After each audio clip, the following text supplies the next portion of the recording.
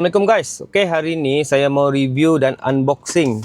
Ada satu speaker daripada Mohawk guys. Ini speaker 6 inci untuk sebenarnya ini speaker untuk pintu lah, yang sesuai memang untuk pintu sebab dia saiz 6 inci. Untuk kebanyakan model Pro 2, Proton dan lain-lain model kebiasaannya 6 inci lah. Kalau 4 inci dia di dashboard. Okey, sekarang model Mohawk ni kita tengok dulu guys model. Okey, ini model ya. Okey, ini Mohawk M5 series. Okey, M5 series dan dia punya spek yang ni lah. Okey, 6 inci mid range speaker dengan impedance 4 ohm. Yang ni 50 watt peak power, 100 watt frekuensi, 65 Hz sampai 16 kHz. Yang ni memang saya import daripada Semenanjung lah sampai pergi Sabah. Okey, sebab saya dapat voucher, saya terus grab yang ni.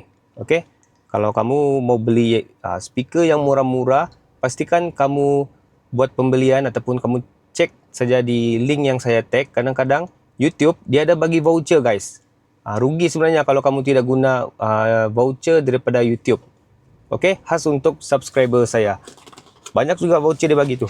Okey, kita tengok dulu guys. Okey, ini Mohawk M5. Okey, ni dah. Ini Mohawk original lah, bukan yang cincai-cincai punya. Okey, ni dia punya certificate of quality test. Okey, kemudian kita buka. Okey, dia dalam satu kotak ni dia ada satu set. Maksud dia ada dua speaker lah, dia satu pasang. Okey, nampak nice.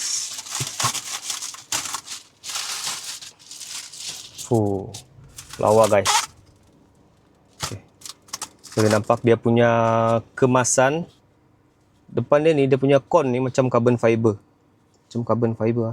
Tengah-tengah ni biasalah orang Mohawk. Okay, Mohawk. Dia punya kemasan gold style, emas keemasan. Okay. Kemudian kita tengok dia punya soket. Soket dia ni plug and play untuk kebanyakan model Pro 2. Okey, yang ni 6 inci. Saiz 6 inci untuk mid speaker.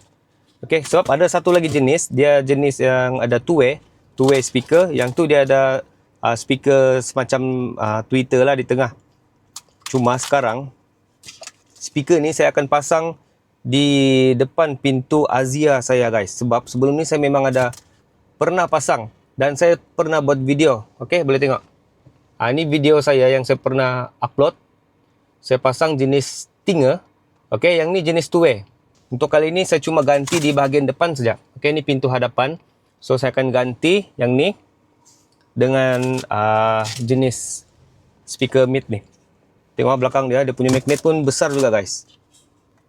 Ni ada rubber, ada getah di bahagian magnet. So dia tidak risaulah kalau tertouching. Okey.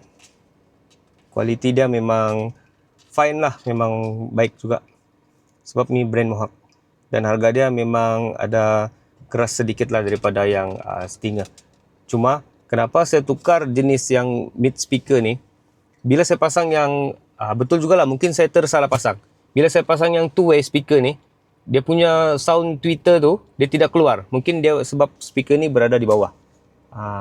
Tapi bagi sekarang kereta saya ni, saya tidak risau untuk dengar dia punya tweeter ataupun dia punya yang treble. Sebab saya sudah gunakan ni guys, full range.